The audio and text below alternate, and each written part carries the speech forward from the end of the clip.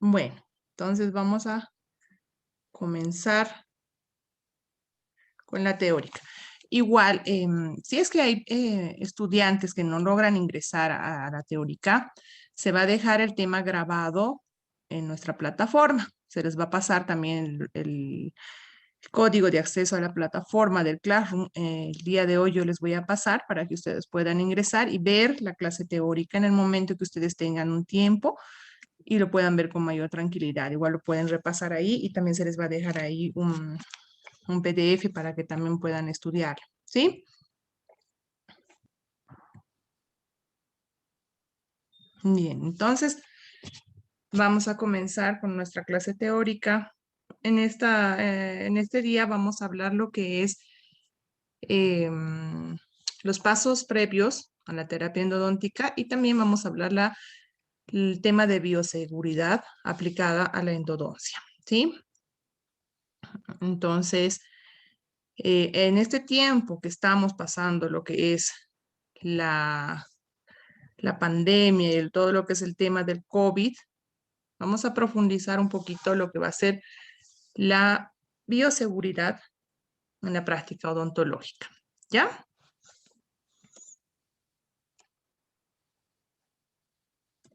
Ya.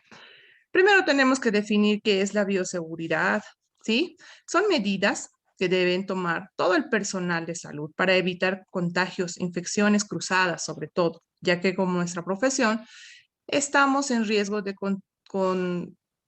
tener infecciones cruzadas y tener enfermedades de riesgo. Antes había, bueno, sigue existiendo enfermedades de riesgo, pero ahora estamos siendo amenazados con lo que es el COVID, ¿sí? Entonces, medidas de bioseguridad son las medidas que debemos tomar como personal de salud, ¿ya? Entonces es un conjunto de medidas que van a buscar la protección biológica del profesional, del paciente y de todas las personas que trabajan alrededor nuestro, ¿sí?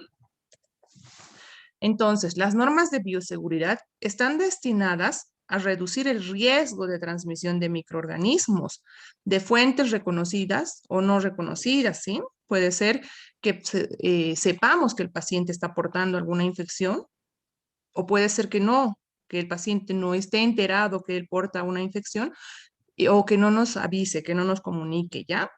Entonces, todas estas normas de bioseguridad nos van a ayudar a protegernos, ¿sí? Debemos conocer los mecanismos de infección, ¿sí? Estos mecanismos de infección van a ser por contacto directo con la sustancia infectada, que puede ser una lesión, la sangre y la saliva. Nosotros estamos en contacto directo con los pacientes, ya que nuestro campo de trabajo es la cavidad bucal y en la cavidad bucal tenemos saliva. Y al realizar una terapia endodóntica vamos a estar en contacto con sangre, ¿sí? Otro mecanismo de infección es el contacto directo con instrumental o con objetos contaminados. De la misma forma, también nosotros estamos en contacto directo con el instrumental, ya que somos los que manipulamos y muchas veces somos los que descontaminamos, limpiamos nuestros instrumentales, ¿sí? Las salpicaduras de sangre o saliva. Eso también estamos en contacto directo siempre con las gotitas de saliva o con las salpicaduras de sangre. Cuando hacemos uso de lo que va a ser la pieza de alta velocidad, vamos a provocar que expulsen aerosoles que van a estar infectados, ¿sí? Entonces, mediante esos aerosoles o las gotitas, nos vamos a contaminar, ¿ya? Entonces, todos estos mecanismos de infección tenemos que estar conscientes de que existen y que por medio de estos mecanismos de infección podemos contaminar y contraer enfermedades, ¿sí? Entre las infecciones cruzadas que podemos contraer, tenemos transmisión de agentes infecciosos que puede ser por hongos, bacterias, virus, etcétera, ¿sí? Entonces, mediante cualquier transmisión de agente infeccioso podemos contraer enfermedades y debemos cuidarnos de las más graves, que puede ser la hepatitis B y C, el VIH, la tuberculosis, el herpes virus y ahora el COVID-19. ¿sí? Y no sabemos a cuántas enfermedades más con el tiempo podemos estar expuestos, ¿sí? Entonces, ahora tenemos que ser más conscientes en el momento de trabajar, de ingresar a la clínica o en nuestro consultorio dental y tener más conciencia de todo lo que es estos tipos de infecciones y de la bioseguridad, que es muy importante, ¿sí? Entonces tenemos que darle una importancia a la bioseguridad para evitar estas infecciones, ¿sí? Actualmente hay vacunas para la hepatitis que nos pueden proteger, ¿sí? Para el VIH aún no hay. Entonces debemos protegernos siempre del VIH también, la tuberculosis. También hay vacunas, pero también podemos llegar a contraerlas, ¿sí? La más terrible ahora, el COVID-19, que debemos tener mucho cuidado. Entonces, todo paciente debe considerarse de riesgo. Todo paciente, no importa que el paciente sea mi vecino, sea mi primo, sea el paciente se considera de riesgo porque no sabemos si este paciente porta o no alguna enfermedad, ¿sí? Entonces, desde que ingresa el paciente a nuestra clínica, debemos considerarlo de riesgo y tomar las medidas de bioseguridad necesarias.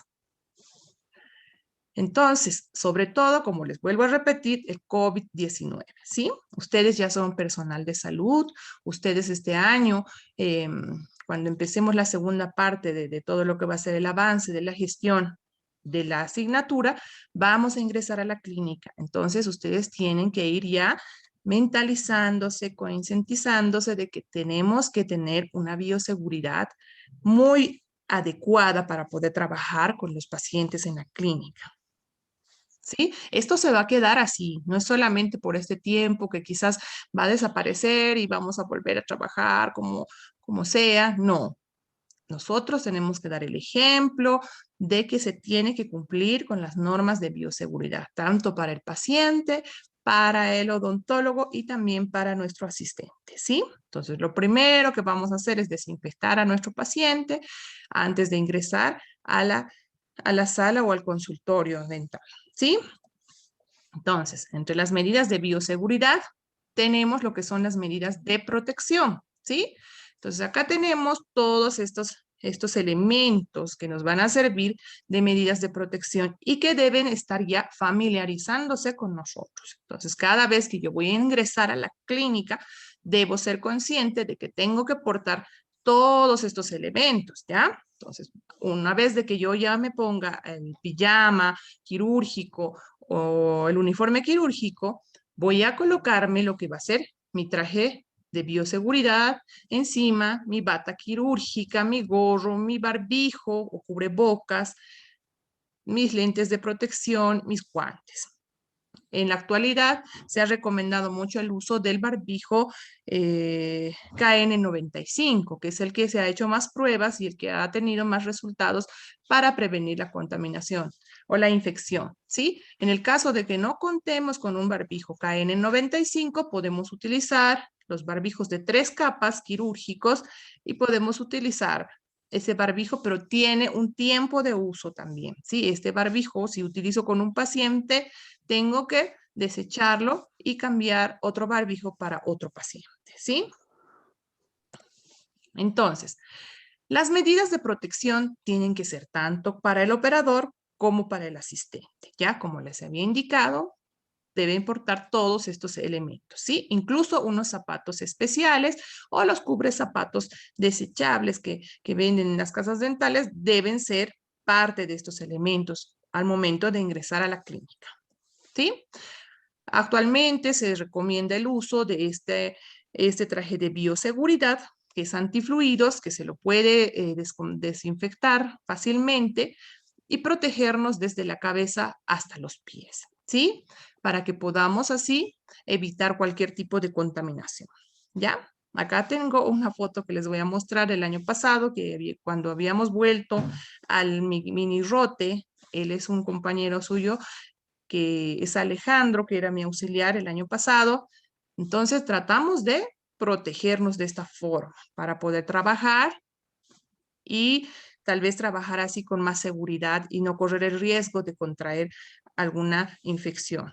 ¿Sí? Acá están sus compañeros también del mini rote del año pasado, que como ven, ellos también han hecho lo máximo para poder protegerse y trabajar bien protegidos con todas las medidas de bioseguridad. Ven que tienen las botitas quirúrgicas, los guantes, los lentes de protección, las mascarillas, ¿sí? Entonces ustedes en el momento que ingresen a trabajar a la clínica lo van a hacer de la misma forma, ¿sí? Van a empezar a trabajar con todas las medidas de bioseguridad, ¿ya? Lo que se utiliza y se recomienda utilizar es la máscara facial. Esta máscara facial nos va a proteger, nos va a ayudar a que no ingresen las gotitas de flow a nuestra cara o las salpicaduras de sangre, de saliva en el momento de utilizar la pieza rotatoria. Muchas veces al realizar la apertura cameral, cuando ya ustedes trabajan en pacientes, salpica la sangre, ¿sí? Por la presión y todo eso empieza a salpicar, uno no se da cuenta, pero a veces te ves y tienes el barbijo con salpicaduras de sangre o los lentes de protección. Entonces es importante que ustedes se acostumbren a utilizar todo estos elementos, ¿sí? Al principio les va a costar un poco, les va a molestar, pero luego va a ser parte de su rutina de trabajo, ¿ya? Entonces, todos esos elementos de protección, esas medidas, esas barreras de protección que les he nombrado hace un momento, son para el odontólogo, para el operador o para el asistente, ¿ya? Las medidas de protección para el paciente también tiene que tener protección, ¿sí? Porque quién sabe que nosotros también podemos estar enfermos y no lo sabemos y podemos contagiar a nuestro paciente, ¿sí? Entonces, el paciente también debe contar con lentes de protección, un babero descartable, tenemos que tener cuidado de utilizar suctores de saliva que sean descartables, que no pueden ser utilizados nuevamente una vez que han sido ya de un paciente.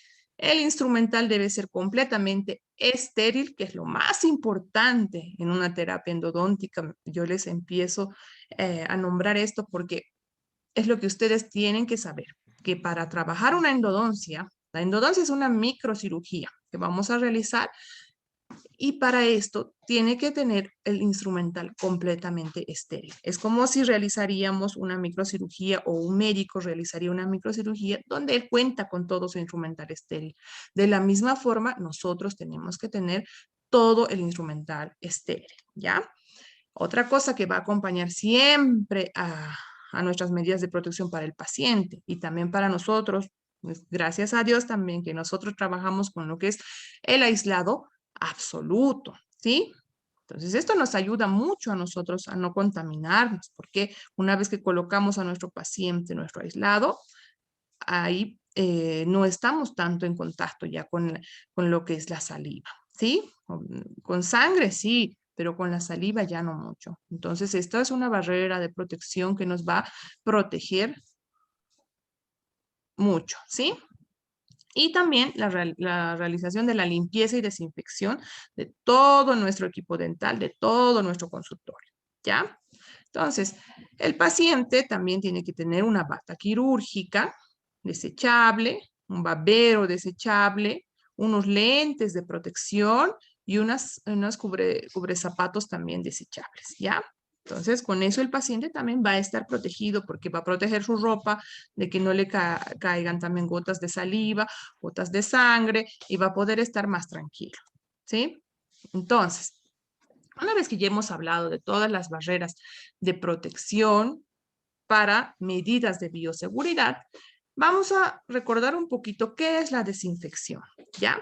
La desinfección es un proceso físico o químico que nos permite destruir a los microorganismos de un objeto inanimado, alterando así su metabolismo y este microorganismo se va a destruir. Entonces, si yo desinfecto o mi equipo dental, desinfecto mi mesa de trabajo, voy a hacer que los microorganismos que están ahí, bacterias, puede ser virus y todo eso, alteren su metabolismo y puedan morir y desaparecer de esta forma, ¿ya? Entonces, ese es el proceso de desinfección, que puede ser físico o puede ser químico, ¿ya? Entonces, para esta desinfección se va a utilizar en el proceso químico, podemos utilizar alcohol al 77%, hipoclorito de sodio que esté diluido, sustancia con yodo o yodopovidona, y lo que se está utilizando ahora, que es el amonio cuaternario de quinta generación, ¿sí? Que es el que ha dado más resultados para combatir lo que es el coronavirus, ¿ya? Entonces, con estas sustancias desinfectantes nos vamos a ayudar para desinfectar las superficies de las mesas de trabajo, el equipo dental, las lámparas de trabajo y todo lo que se pueda desinfectar, ¿sí? Entonces, también tenemos que tener en cuenta algo muy importante que ahora se le está dando más importancia, que es el lavado de manos, ¿sí? Nosotros estamos tal vez con más conocimiento de lo que es el lavado de manos, porque nos han enseñado, a ustedes también les han debido enseñar en cirugía o en otras materias también, ¿no? Pero tenemos que ponerle más conciencia al lavado de manos, ¿sí? Entonces, no podemos trabajar con anillos o con pulseras o relojes. No, las manos deben estar limpias, sin portar ningún objeto, ¿sí? Entonces, para lavarnos las manos tenemos que realizarlo antes de atender al paciente y después de atender al paciente. ¿Ya? Entonces, antes que me voy a colocar los guantes, me voy a lavar las manos. Voy a trabajar, voy a realizar todo mi tratamiento endodóntico, voy a limpiar, voy a realizar todo lo que tengo que hacer y voy a lavarme las manos nuevamente. ¿Ya? Entonces, para esto, ¿qué voy a hacer? Voy a mojar las manos y los antebrazos con agua, voy a enjabonarlos y con la ayuda de un cepillo voy a cepillarlos por 3 minutos, ¿sí? Voy a lavarlo otra vez con agua, voy a repetir nuevamente el enjabonado 2 veces más y voy a secar con una toalla de papel, ¿sí? ¿Por qué decimos una toalla de papel? Porque la toalla de papel es menos riesgoso para contaminar, ¿sí? En las toallas de tela, de algodón que venden, se pueden quedar las bacterias, los microorganismos y al volvernos a secar, volvernos a contaminar. Entonces, las toallas de papel son desechables y tienen menos riesgo de contener microorganismos. Después no tocamos nada más y nos colocamos los guantes. Les vuelvo a repetir, lo que realizamos es una microcirugía con una terapia endodóntica. Entonces, debemos tener las manos completamente limpias también antes de realizarlo, ¿sí? Entonces, una vez que ya nos hemos lavado las manos, procedemos al colocado de guantes, ¿ya? Tanto el operador como el asistente. Entonces, la esterilización se va a realizar, algunos instrumentos se van a poder esterilizar y algunos instrumentos se van a solamente desinfectar, ¿ya? Entonces, hablemos del descarte de algunos elementos, como pueden ser las agujas, los tubos de anestesia, que deben ser acondicionados en recipientes que estén tapados y que contengan hipoclorito de sodio al 1% por 30 minutos. Nos va a ayudar a desinfectar esos objetos para después desecharlos, ¿sí? Entonces, tenemos que tener un recipiente especial para evitar accidentes, porque pueden venir personal de la limpieza y agarrar todos estos instrumentos y pueden contaminarse, pueden pincharse, pueden lesionarse y de este modo contraer alguna infección. Entonces nosotros tenemos que tener un recipiente especial para desechar lo que son las agujas, los bisturís, lo que son los tubos de anestésico, incluso las gasas que van a estar contaminadas con sangre, con saliva, los suctores, todo eso, ¿sí? Entonces tenemos que tener un recipiente especial, ¿sí? En la lista de material que se les pide para ingresar a clínica, pedimos frascos de plástico con bolsas rojas para que se puedan distinguir, bolsas de basura, ¿ya? Eso lo van a ir viendo en su momento. Se les había dicho que se les va a compartir la lista. Ahora que tengamos el Classroom, voy a subir la lista para que ustedes con calma vayan observando y vayan viendo poco a poco todos estos meses que tienen para ir ya obteniendo algunas cosas, ¿sí? Entonces, es muy importante. ¿Qué es muy importante? La prelimpieza. Entonces, ¿qué es esto? Es un paso fundamental porque de lo contrario, ni la desinfección ni la esterilización van a ser tan efectivas, ¿ya? Entonces, ¿qué se va a realizar la prelimpieza? todo el material que ha estado en contacto con sangre y saliva, es decir, todo nuestro instrumental, porque todo ha entrado a la cavidad bucal, ¿no ven? Nosotros utilizamos todos en la cavidad bucal. Entonces, si tiene que descartarse, se lo va a descartar, como les digo, en recipientes especiales que estén marcados ahí, que son objetos o que son contaminantes, ¿ya?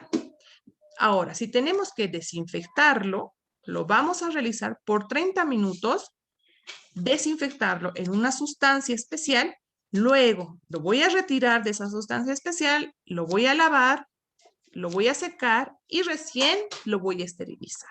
¿Ya? Entonces, eso es desinfectar. Colocar en una sustancia especial por 30 minutos, así como lo he retirado en mi bandeja, lo voy a colocar a un tupper con una sustancia desinfectante por 30 minutos mientras yo ordeno las demás cosas. Una vez que ha desinfectado, recién lo voy a lavar con un cepillo, lo voy a secar bien y lo voy a poner a esterilizar. ¿Ya?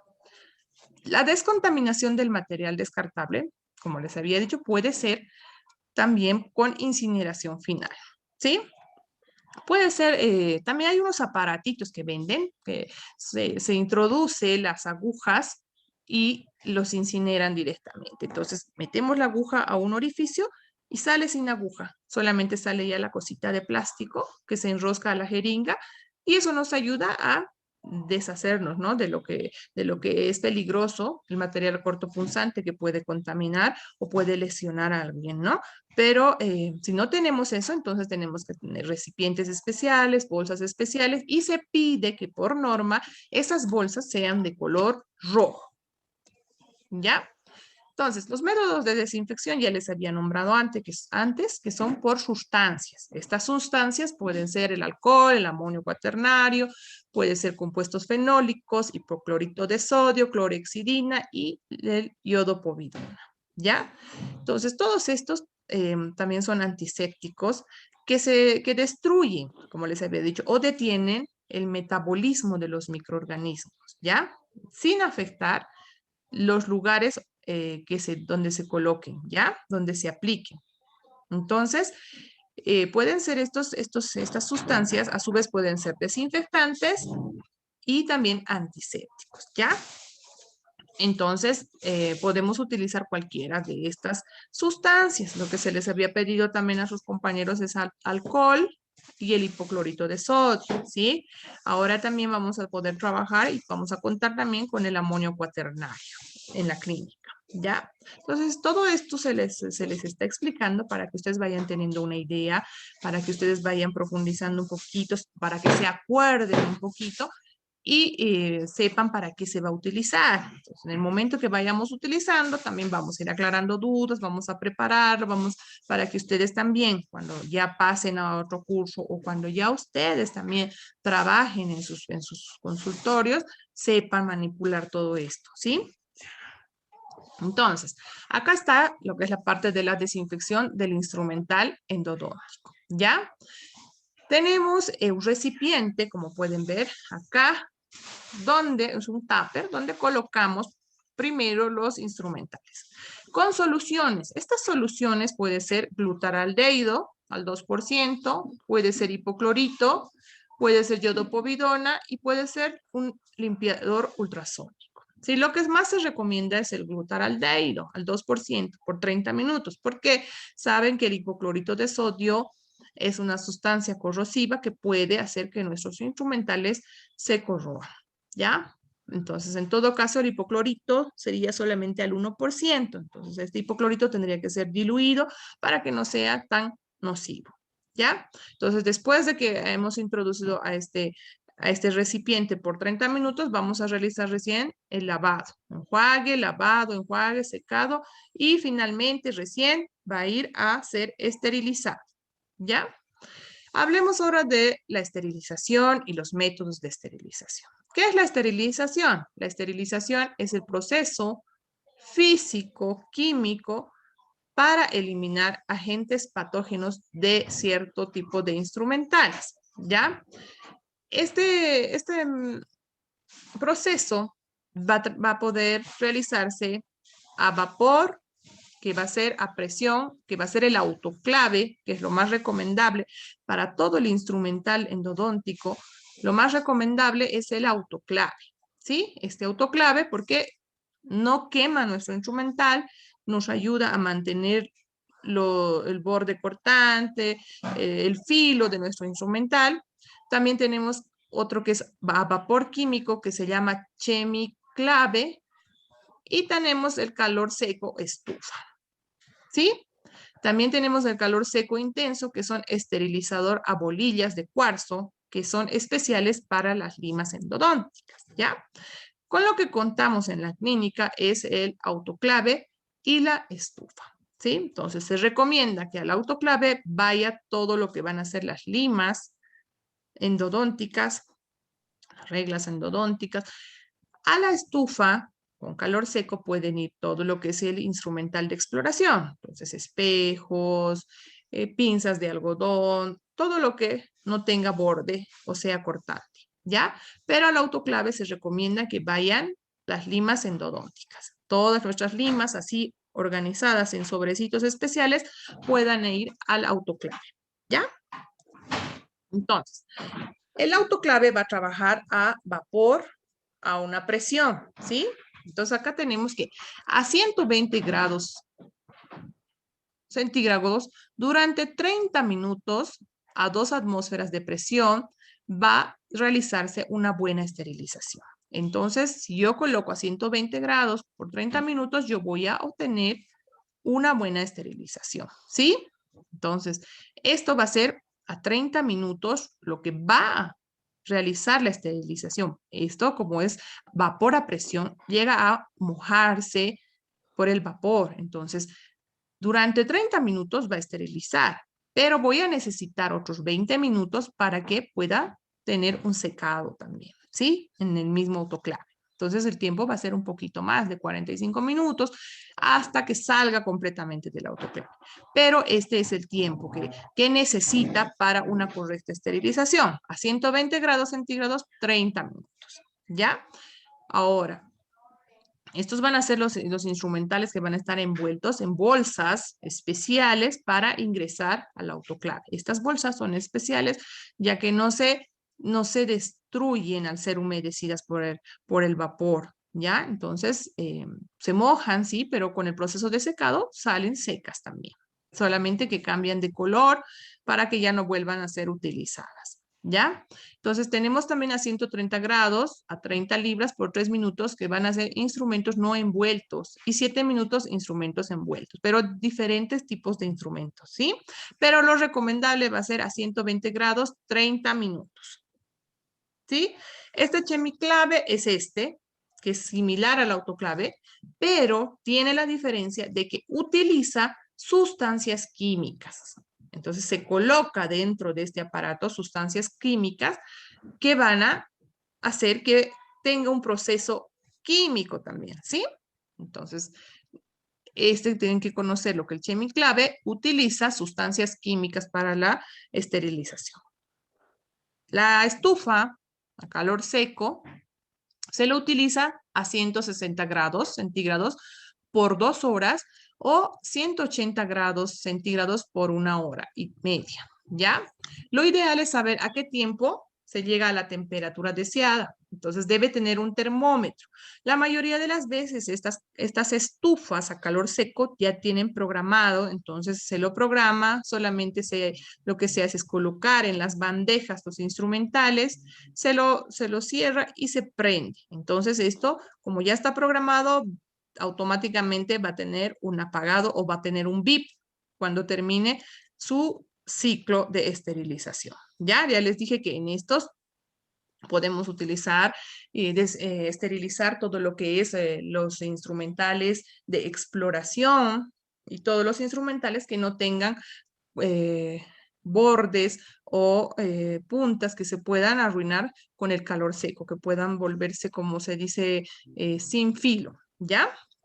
Entonces, este es un esterilizador a bolillas de cuarzo que se utiliza para esterilizar fresas.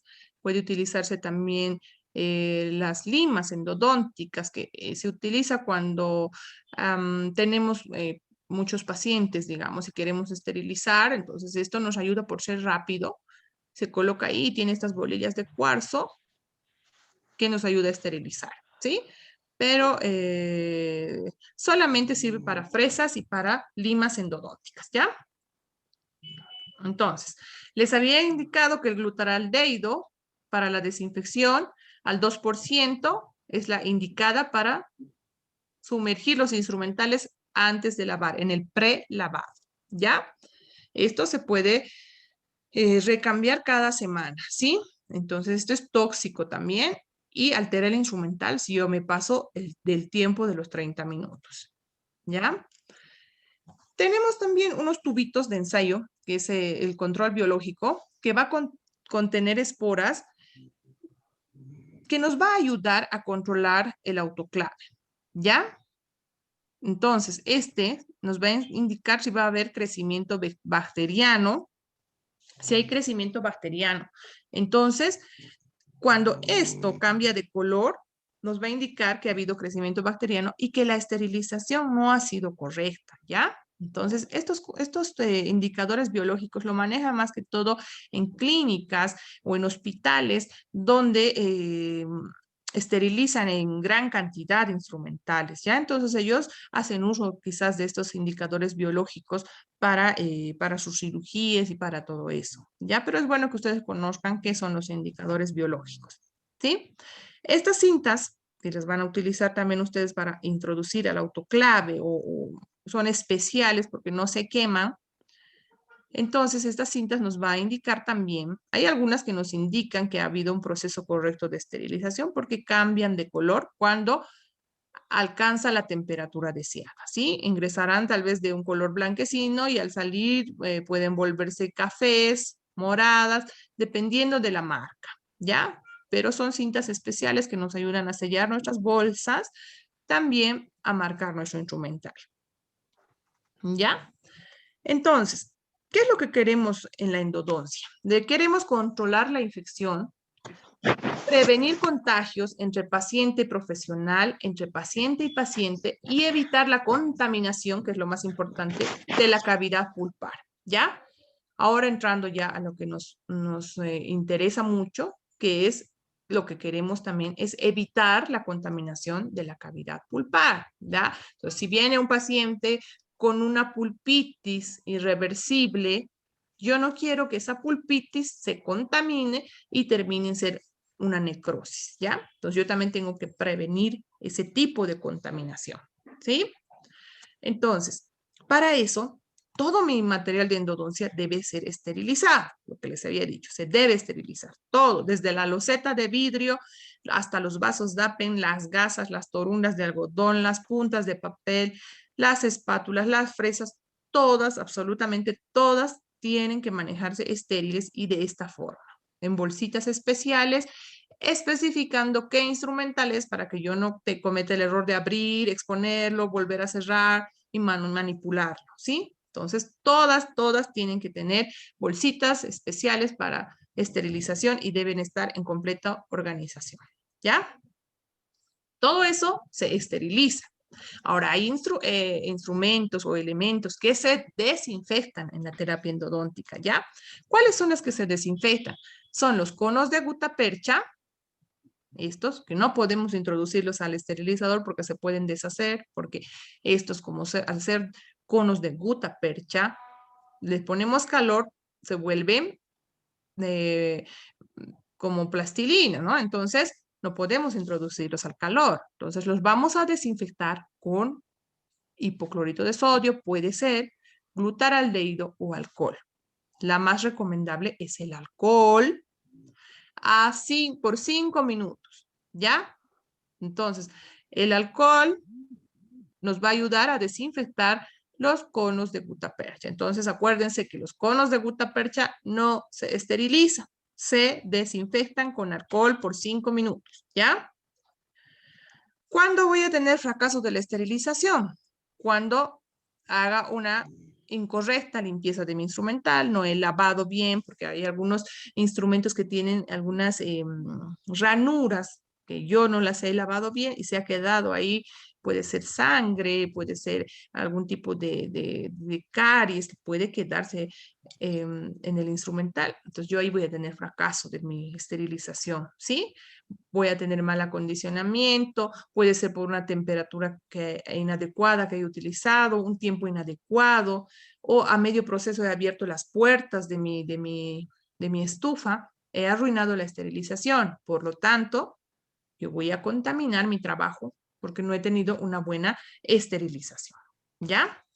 La bioseguridad y todas las normas deben ser siempre respetadas por todos, ¿sí? En pos de la protección de su paciente, los colaboradores y la propia salud de uno mismo, ¿sí? De modo de interrumpir la cadena de transmisión del agente infeccioso y de la enfermedad misma. ¿Sí? Entonces yo debo respetar todas las normas de bioseguridad que se me han indicado para proteger a mi entorno, protegerme a mí, proteger a mis pacientes. Y mucho más importante para tener éxito también en mis tratamientos endodónticos, ¿ya?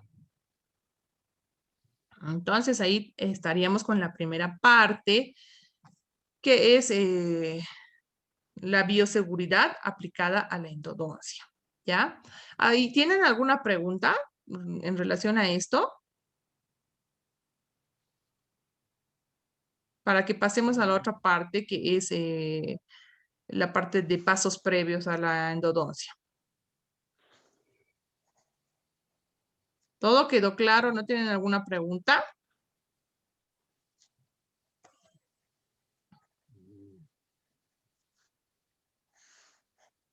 ¿Han entendido bien? Bueno, entonces vamos a pasar a lo que es los pasos previos a la terapia endodóntica, ¿ya? Esto es un poquito más interesante porque es ya lo que nos interesa más. Más, ¿cómo se puede decir? Más detalladito, ¿ya? Entonces vamos a pasar a los pasos previos a la terapia endodóntica, ¿sí? Saben ustedes que antes de realizar nuestra terapia endodóntica tenemos una lista de pasos previos que realizamos, ¿ya?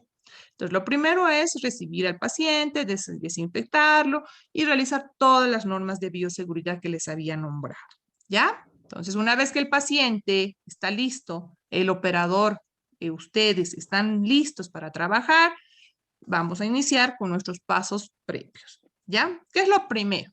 Vamos a pedir a nuestra paciente, a nuestro paciente, que realice enjuagues bucales, se le va a prever de un vaso desechable y se le va a dar lo que va a ser la clorexidina al 0,12% y nos va a permitir realizar enjuagues bucales. Algunos estudios están tratando de demostrar que la clorexidina también combate a lo que es el coronavirus. Entonces, se ha recomendado que incluso para nosotros, cuando salimos a la calle o cuando regresamos a nuestras casas, podemos realizar enjuagues de clorexidina para prevenir, porque dice que el virus se queda un tiempo en la garganta. Entonces, si yo realizo los enjuagues de clorexidina, voy a hacer que quizás pueda disminuir la carga viral o pueda disminuir o alterar el metabolismo de ese virus para que ya no sea tan nocivo, ¿sí? Entonces, por esa razón, hacemos y pedimos que el paciente, mientras yo voy preparándome para realizar mi siguiente paso, voy a pedirle que realice enjuagues bucales con una solución de clorexidina al 0,12%. Entonces, deben contar también ustedes con su enjuague de clorexidina. ¿Ya? Entonces, el paciente debe realizar por unos 5 minutos el enjuague y podemos continuar. ¿Ya? ¿Qué hago? Lo primero que voy a hacer es la realización de la historia clínica, ¿ya? Ustedes ya van a ir aprendiendo a llenar la historia clínica, saben que una historia clínica debe ser llenada con mucho detalle, mucha minuciosidad, porque la historia clínica es un documento que nos va a servir, un documento legal a nosotros para respaldarnos de cualquier cosa. Ustedes cuando ingresen a la clínica van a ver que hay pacientes que vienen, a veces son pacientes menores de edad que vienen solos y no se puede atender a pacientes menores de edad solos, ¿no? Entonces, o hay pacientes que vienen ya con alguna iatrogenia y quieren que se les solucione y puede ser que no hayamos causado la iatrogenia, pero nos pueden acusar de que sí, porque en la historia clínica no hemos anotado que el paciente ya venía con esa iatrogenia. Entonces, la historia clínica, tenemos una historia clínica que es de la universidad, que es especial de la universidad, donde anotamos todo, muy detalladamente, ¿sí? Entonces, todo lo que es la parte patológica se anota con mucho cuidado, si en las mujeres existe embarazo, no embarazo, si tiene alguna enfermedad de base, todo eso tenemos que registrarlo adecuadamente. O si es que yo veo que el paciente porta algún signo, yo veo algo llamativo en el paciente, también tengo que registrarlo. Sí, pues muchas veces también vienen pacientitos que no tienen tal vez una buena salud mental. Entonces yo lo noto que es un pacientito que, que está alterado en la salud mental también. Entonces yo anoto, yo registro, yo tengo que poner todo lo que observo en la historia clínica. El primer pasito, entonces después del enjuague bucal va a ser la historia clínica, donde yo voy a realizar a mi paciente con mucha dedicación y con mucha minuciosidad. ¿Ya? Tanto en la parte de patología, parte sistémica y, mucho más importante, en la parte odontológica y en la parte endodóntica. ¿Ya? Una vez que yo he registrado todo el motivo de consulta, por qué ha venido mi pacientito, qué es lo que le ha molestado, qué diente él siente, que le duele, que le molesta, voy a revisarlo ya con todas las medidas de seguridad, voy a agarrar mi instrumental exploratorio, lo voy a revisar y voy a tomar una radiografía inicial, que es muy importante. La radiografía inicial, la primera radiografía que va a ser la base para todo, voy a tomarla. Esta radiografía debe ser tomada con un posicionador radiográfico, ¿sí? El posicionador radiográfico también se les pide para que ustedes trabajen en la clínica. Este posicionador radiográfico nos ayuda a que no haya distorsiones en la toma de la radiografía, ¿ya? Entonces, para que la radiografía no salga elongada o no salga escorzada, nos ayuda. ¿Por qué? Nos va a ayudar para que nuestra radiografía salga más o menos en su tamaño ideal y no perdamos el tiempo en volver a llevar al paciente, en volver, sino ya tengamos una base para poder nosotros obtener la longitud de trabajo que deseamos obtener, ¿ya? La radiografía inicial también debe ser muy clara y nítida porque nos va a ayudar a llegar a nuestro diagnóstico también. Una vez que yo ya he recolectado toda mi historia clínica, y con la ayuda de la radiografía voy a encontrar un diagnóstico que es la parte más importante de mi terapia endodóntica. Es uno de los pasos previos más importantes, el diagnóstico. No puedo equivocarme en el diagnóstico. Por eso ustedes tienen que aprender, repasar y acordarse muy bien, así como el Padre Nuestro, lo que es el diagnóstico. ¿Ya? Ustedes ya han llevado todas las patologías pulpares y perirradiculares, se les va a volver a dar este año y es donde les vamos a ajustar mucho, porque aunque ustedes lleven el año pasado, vuelvan a llevar, a veces se confunde. Ustedes tienen que tener bien claro qué es una pulpitis irreversible, sintomática, asintomática, en qué se diferencian, cómo voy a detectar si es sintomática, cómo voy a detectar que es una necrosis. Yo tengo que tener muy claro mi conocimiento de patologías pulpares y perirradiculares para que me ayuden a un correcto diagnóstico. Si yo tengo un correcto diagnóstico, voy a elegir un correcto plan de tratamiento. ¿Y esto a qué me va a llevar? Me va a llevar a tener un éxito en mi tratamiento. ¿Qué es lo que se busca y qué es lo que queremos? Tener éxito en nuestro tratamiento, porque la endodoncia se ve con el tiempo. El éxito del tratamiento endodóntico se lo va a ver con el tiempo, ¿ya? Entonces, después de mi diagnóstico, yo ya voy a ocupar de los siguientes pasos, que son el control del dolor, la limpieza de caries y el aislado absoluto, ¿ya? Entonces, una vez que ya sé que es lo más importante en los pasos previos, voy a ver el tema del control del dolor. ¿Sí? El dolor dental es el síntoma más frecuente que va a traer al paciente en busca de tratamiento odontológico para su alivio, ¿ya? Entonces, ¿qué es lo que yo quiero? Quiero eliminar el dolor, quiero que el dolor desaparezca en mi paciente. Y el paciente viene por eso. Muchas veces el paciente con una caries pequeña no viene, no se acerca, no espera a que el dolor aparezca en su vida, ¿no? Entonces, y él viene por eso, porque uno le quita el dolor y no le aumente el dolor. ¿Ya? Entonces, ¿para qué tengo que saber bien para el control del dolor? Mis técnicas de anestesia, ¿ya? Entonces, tengo que brindar una correcta técnica de anestesia, ¿ya? ¿Qué significa anestésico? Anestésico significa sin sensibilidad y analgésico va a significar sin dolor, ¿ya? Entonces, ustedes saben que hay diferentes técnicas de anestesia, ¿ya? Entonces, la anestesia es algo que se relaciona mucho en la odontología, ¿sí? Y en endodoncia mucho más. Ustedes saben que en endodoncia todo el tiempo se trabaja con anestesia y con las diferentes técnicas, ¿ya? Entonces, esto determina que los anestésicos de uso local sean los fármacos más usados, ¿ya? Entonces, ustedes tienen que estar en mucha estrechez con las técnicas anestésicas, tienen que manejarlas y tienen que aprender a ya dominarlas poco a poco. Al principio siempre uno es más chacrita, no puede, a veces nos falla, a todos nos ha pasado, pero eso no implica que yo tenga que asustarme y no volverlo a hacer, ¿sí? Siempre ustedes van a tener el apoyo de nosotros, los docentes en la clínica, y que tal vez también tengamos algún auxiliar que nos van a colaborar, les vamos a colaborar, les vamos a ayudar, tal vez hay fracasos en la técnica anestésica, muchas veces también por la disposición anatómica también que puede tener una variación, cada paciente es diferente, es un mundo, yo siempre les digo eso, cada diente, cada paciente es diferente, no siempre va a ser lo mismo que dice en la teoría de un libro, se va a aplicar en un paciente, no es así, porque los pacientes son diferentes. Entonces, por esa razón, puede fracasar nuestra técnica anestésica, incluso cuando yo haya realizado con los correctos parámetros anatómicos, mi técnica anestesia puede fracasar, ¿ya?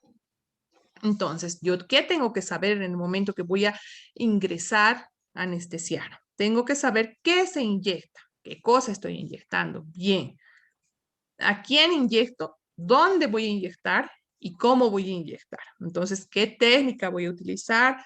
¿Cuáles son mis parámetros de esa técnica? ¿Cómo voy a realizar mi técnica? Siempre tengo que recordar, pensar y ya después, una vez que ustedes ya vayan adquiriendo más experiencia, eso ya va a ser más automático, porque ustedes ya se van a dar cuenta, ya van a diferenciar los tejidos en la cavidad bucal, van a ir viendo un paciente, otro paciente y van a ir diferenciando, pero siempre siendo consciente de estos principios básicos, ¿ya? Entonces, primero, muchas veces, muchos pacientitos siempre piden que se les coloque la anestesia tópica, la cremita, ellos le dicen, ¿no? Con una torundita, con una gasita, secamos la zona que vamos a anestesiar y colocamos la anestesia tópica. Esta anestesia tópica agarra solamente el tejido blando, ¿ya? Y va a ayudar al ingreso de la aguja, ¿no? Para que no haya ese dolor cuando ingresa la aguja, porque muchos pacientes, la mayoría de los pacientes, son muy nerviosos, tienen miedo, hemos visto. Entonces, siempre tenemos que hacerlo delicadamente, ¿ya?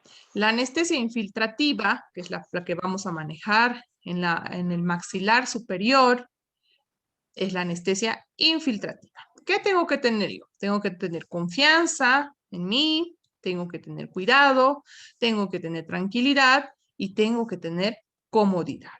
¿Sí? Muy importante la posición del operador, en el caso de ustedes, del odontólogo, posición del paciente para poder inyectar. También la visión, ¿sí? Entonces yo tengo que tener una buena visión, tengo que tener la lámpara encendida del sillón dental, tengo que observar bien. No puedo colocar la anestesia sin ver nada, si mi paciente se mueve, nada. Mi paciente tiene que estar tranquilo, relajado. Yo le tengo que dar esa confianza a mi paciente para que él pueda estar tranquilo y relajado y mi técnica de anestesia sea exitosa, ¿ya?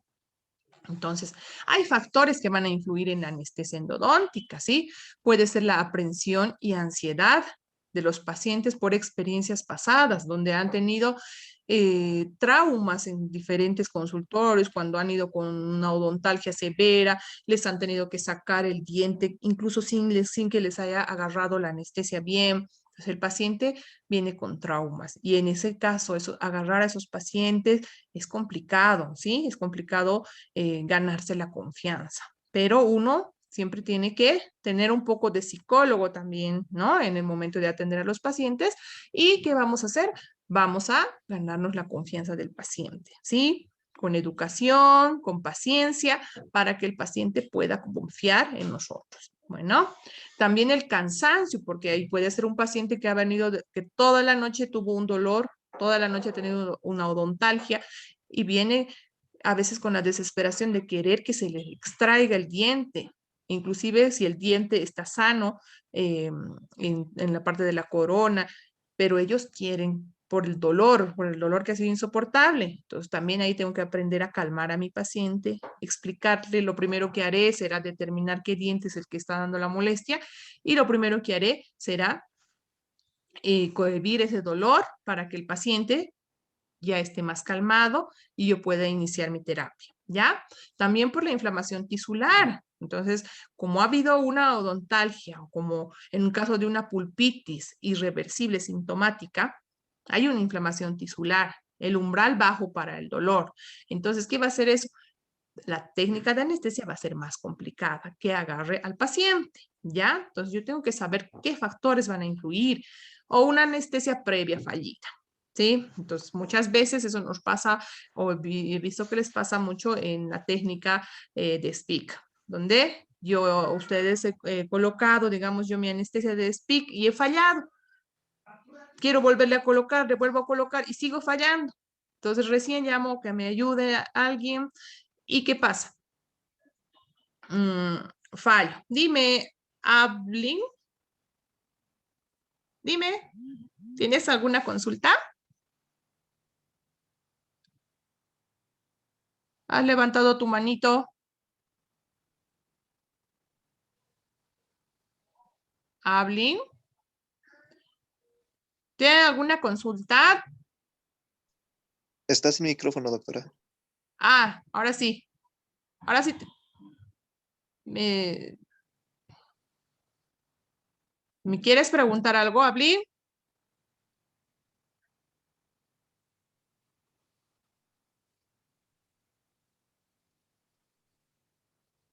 A ver, vamos a continuar. Si no, al final vamos a responder las dudas, ¿ya? Ya, entonces les decía sobre los factores que influyen en la anestesia endodóntica, ¿ya? Entonces, si fallamos, entonces es más probable que falle mi anestesia, ¿ya? Entonces, si yo fallo, tengo que tratar de acordarme bien o ver en qué estoy fallando para que no falle más mi técnica anestésica, ¿ya?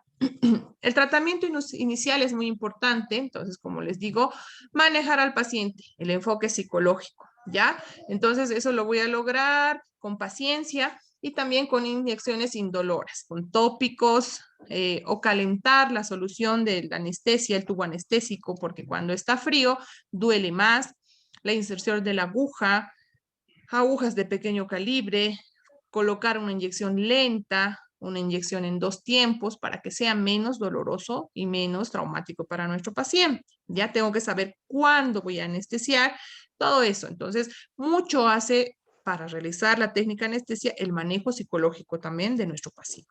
¿Ya? Entonces, lo que vamos a utilizar en el maxilar superior más va a ser la anestesia infiltrativa, la técnica de anestesia infiltrativa.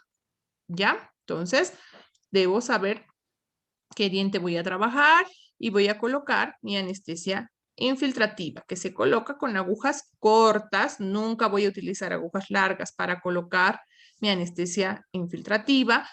En la aguja, la parte del bisel siempre tiene que ir mirando al huesito. No puede estar mirando al otro lado porque ¿qué puede pasar si coloco mi bisel mirando al otro lado? Puedo extravasar la solución anestésica y puedo provocar un edema de anestesia en la cavidad bucal o en el labio del paciente, ¿ya? Entonces, en la anestesia infiltrativa lo voy a realizar de esa forma. En el maxilar inferior también vamos a utilizar anestesia infiltrativa pero desde canino a canino nada más. Puedo utilizar anestesia infiltrativa cuando voy a tratar uno de esos dientes, ¿ya?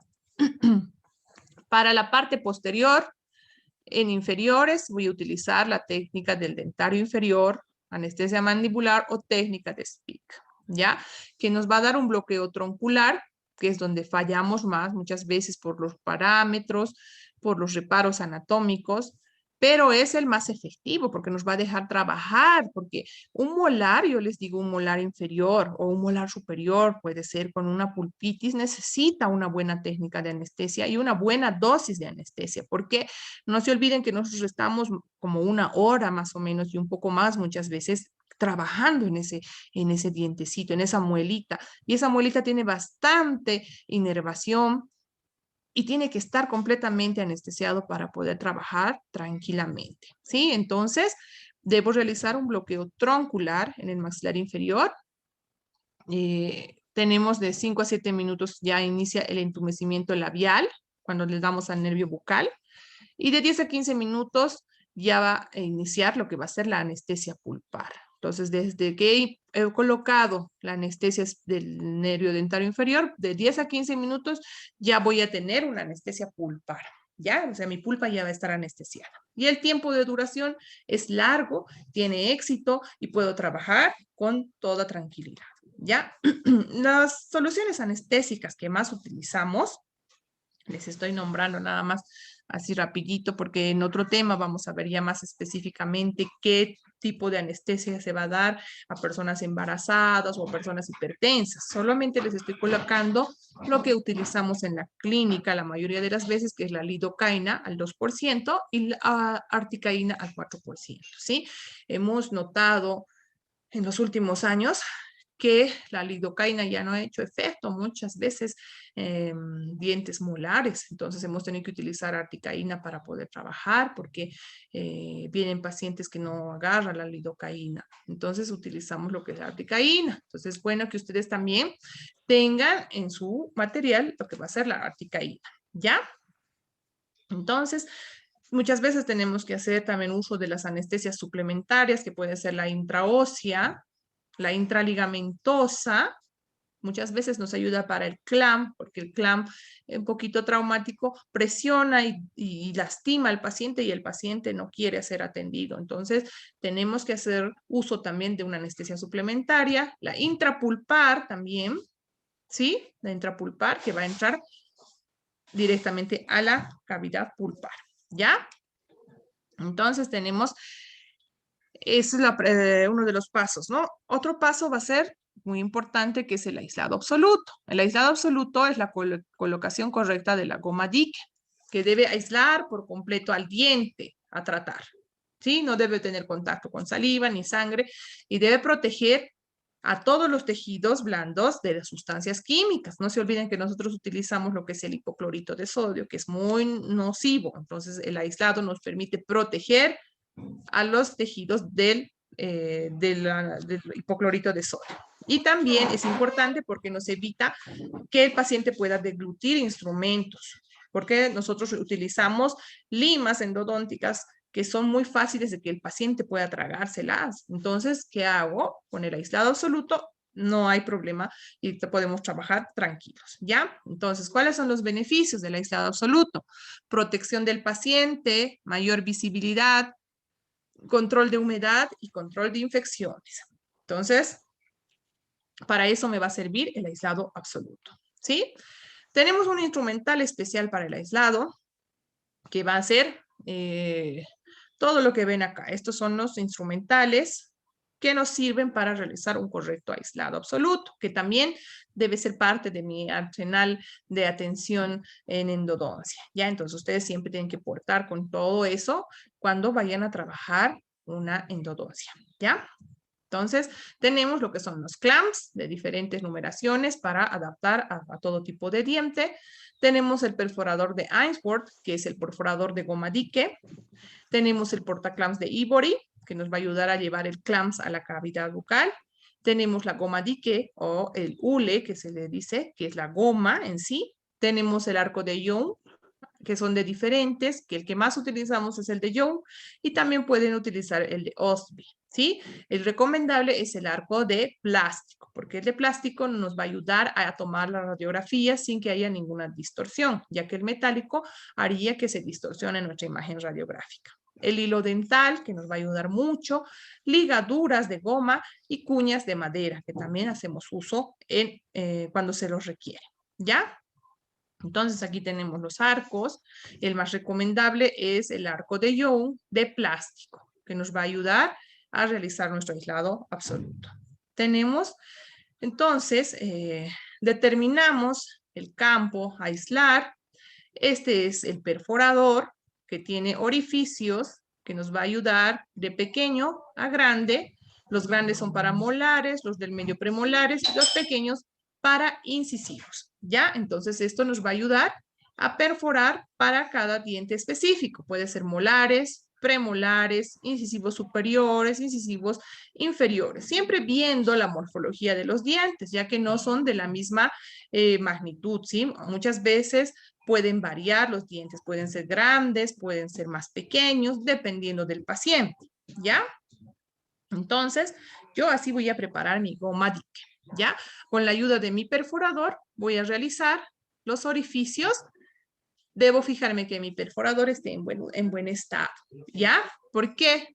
Ven acá, no puede haber este tipo de perforaciones, ¿sí? Una rasgadura, una perforación incompleta. La perforación debe ser de forma correcta, ¿ya?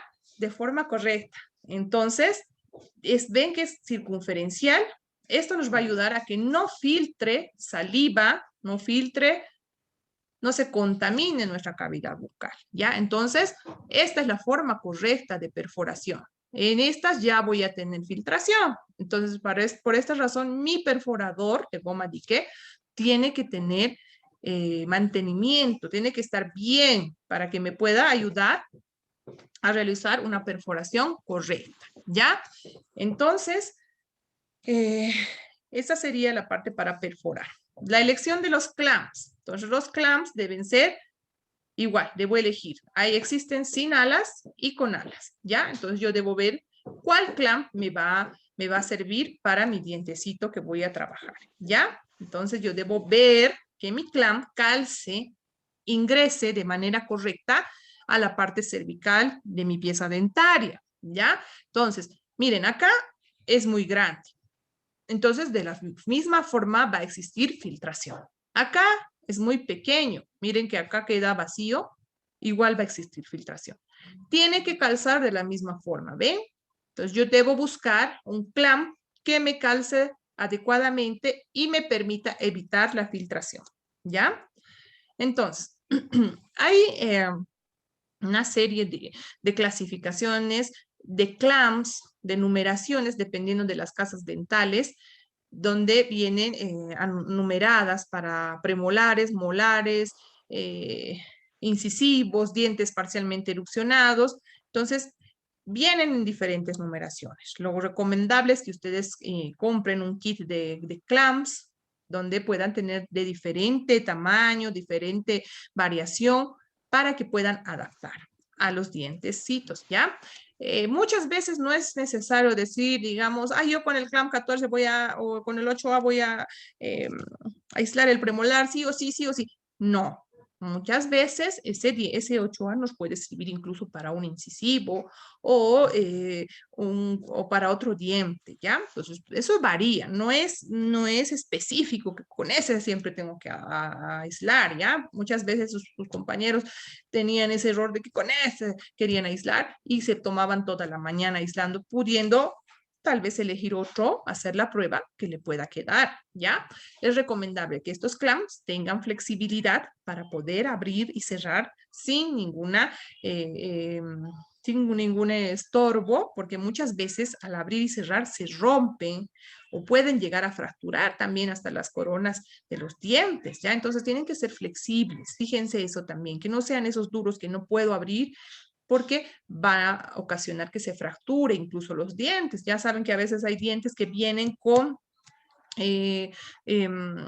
ya con caries, bien debilitados. Y si yo le coloco un clamp de este tipo, ¿qué va a hacer? Va a hacer que se me rompa mi pared y voy a tener problemas para aislar. Porque ya en un diente que no tiene corona clínica es muy diferente realizar el aislamiento. ¿Ya? Entonces, todos estos tipos son los tipos de clamps que existen en el mercado. ¿Ya? Entonces, ¿qué voy a hacer? Los pasos para la colocación de la goma dique. Voy a determinar qué dientes se incluirán en el aislamiento. Voy a determinar qué técnica de aislamiento voy a utilizar. Voy a preparar mi goma dique. Voy a asegurar que la goma dique en la parte posterior con una grapa. Voy a ver cuál voy a hacer. Y voy a utilizar cualquier técnica que para mí sea cómoda. Hay técnicas de colocación de goma dique, ¿ya? La técnica de directamente con el clamp, la goma dique y el arco juntos. También hay técnica del clamp. Primero vamos a colocar el clamp y luego recién la goma. Después hay otra técnica que primero voy a colocar la goma y después el clamp. Después hay otra técnica modificada que voy a utilizar un conector distal. Depende, ustedes ya van a escoger qué técnica va a ser más apropiada para cada uno. Uno ya ve cuál es su fuerte, con qué técnica me quedo para poder realizar mi aislamiento. ¿Ya? Entonces acá ven una forma de colocar el arco sobre el dique de hule. Primero colocamos el clamp con la goma dique.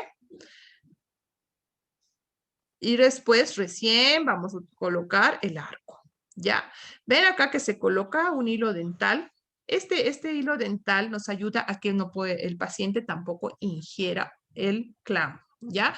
Yo tengo que tener mucho cuidado porque muchas veces el clamp también salta y al saltar puede entrar directamente a la garganta del paciente. Entonces siempre tengo que hacerlo con mucho cuidado.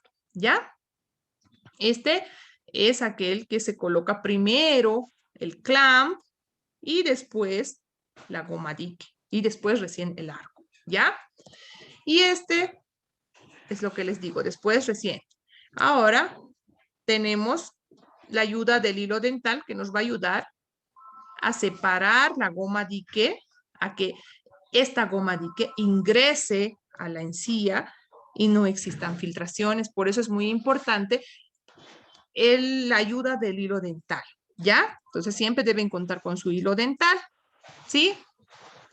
Entonces, ¿por qué existe filtración alrededor de la goma dique?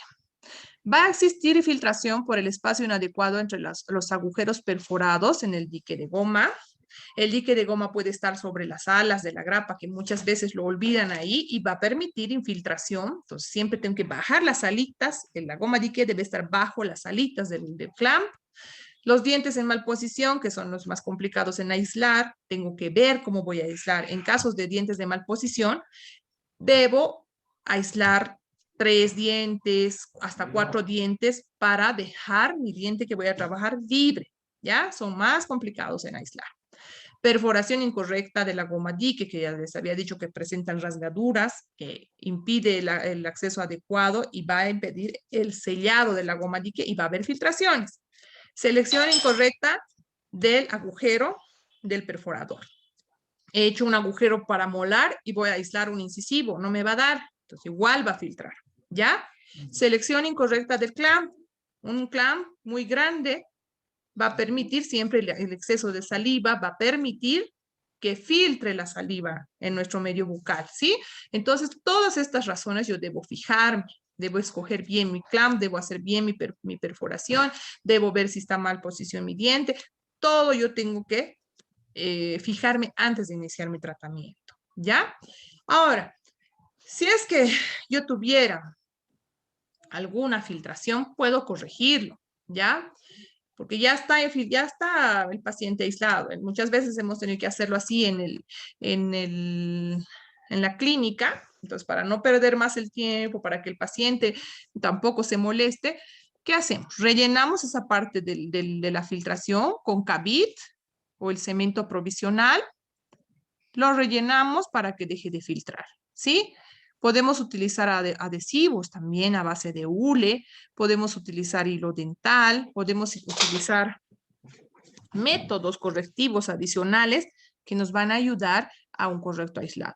Lo más importante es que no exista filtración, ¿sí? Eso es lo más importante. Entonces, nosotros tenemos que ver ya las maneras de evitar esa filtración, ¿ya? Entonces, hay casos especiales, ¿sí? Hay dientes que no cuentan con una corona y nos impide poder aislar, no va a agarrar ahí un clamp. Entonces, ¿qué se hace? Se pide muchas veces que se levante una pared con ionómero o con resina para que se pueda ajustar quizás una banda de ortodoncia que nos ayude a volver a formar la pared que se había perdido para que posteriormente podamos utilizar un clamp. Entonces se pide reconstruir y levantar esa pared. Por eso muchas veces les pedimos que escojan bien los pacientes que van a atender en clínica, porque realizar esto es contar más sesiones para el paciente. Entonces, como el tiempo va corriendo para nosotros en el rote, muchas veces estos pacientes los derivamos directamente a especialidad y buscamos un paciente que pueda ser más sencillo de atender. Pero esto es bueno que ustedes sepan ya para sus consultorios que deben levantar la paredcita con un ionómero, con unas resinas, reconstruir esa pared para posteriormente en la próxima sesión ya pueda tener el aislado adecuado, ¿ya? Entonces, se puede aislar de canino a canino dependiendo si estos dientes están en mala posición. No es necesario aislar todo esto. Yo me paso toda la mañana aislando bien bonito, pero en la realidad yo solo tengo que utilizar mi terapia endodóntica en el incisivo central nada más. ¿Para qué he aislado todo eso? Y pasa también, sí, sus compañeros también aíslan todo y bien bonito, ya está doctora, pero ya se han pasado toda la mañana aislando, pudiendo aislar solamente uno, ¿no ve? Entonces, todo hay que valorar y hay que verlo. ¿Sí? Si es que habría necesidad de aislar de canino a canino, de lateral a lateral, hay que valorarlo y siempre hay que consultar. Ya van a ir ganando experiencia ustedes. ¿Ya? Entonces, acá sí hay un aislamiento de varios dientes porque si se fijan bien es un puente, ¿no ve? Un puente. Entonces, acá no puedo poner un clamp. Entonces, yo estoy ingresando a trabajar por la corona que tiene ese molar. Entonces, he aislado todo el puente porque eso era lo más recomendable. ¿Qué puedo colocar aquí donde pueda haber filtraciones? Puedo colocar hasta una barrera gingival de blanqueamiento, sellar con eso para que no haya filtraciones. O si no, un cemento provisional para que no existan filtraciones. ¿Ya? La falta de utilización del dique de goma puede transformar en cualquier momento un procedimiento odontológico de rutina sencillo en una emergencia médica de final imprevisible. ¿Sí? Desde esas veces el autor La Sala nos quiso concientizar a la utilización del aislado absoluto. ¿Ya? Entonces, sin aislado absoluto no hay endodoncia. ¿Sí? Entonces, tienen que acostumbrarse a manejar el aislado absoluto para siempre en endodoncia. ¿Ya? Entonces, eso sería todo el tema de hoy. Jóvenes, no sé si tienen alguna consulta, nos hemos pasado un poquito con el tiempo, pero lo hemos logrado terminar.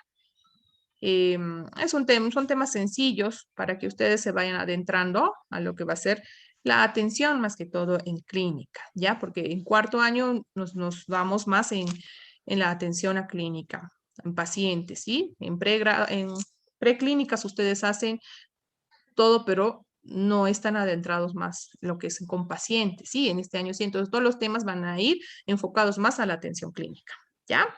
¿Tienen alguna consulta para que podamos continuar?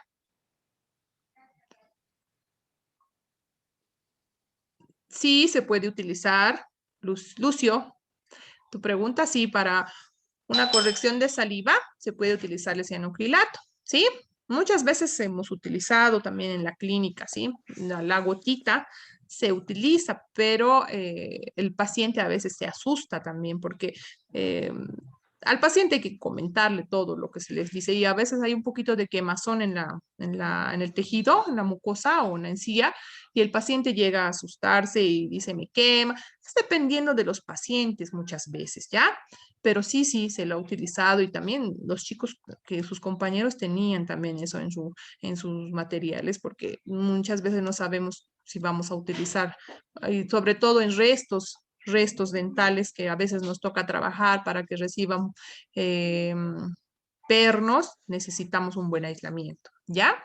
¿Tienen alguna otra pregunta?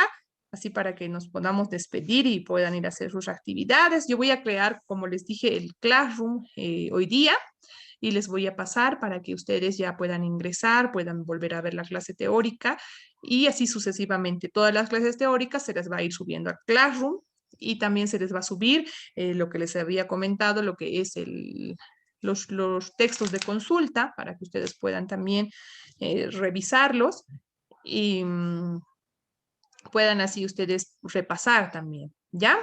Entonces, ¿no tienen ninguna otra consulta?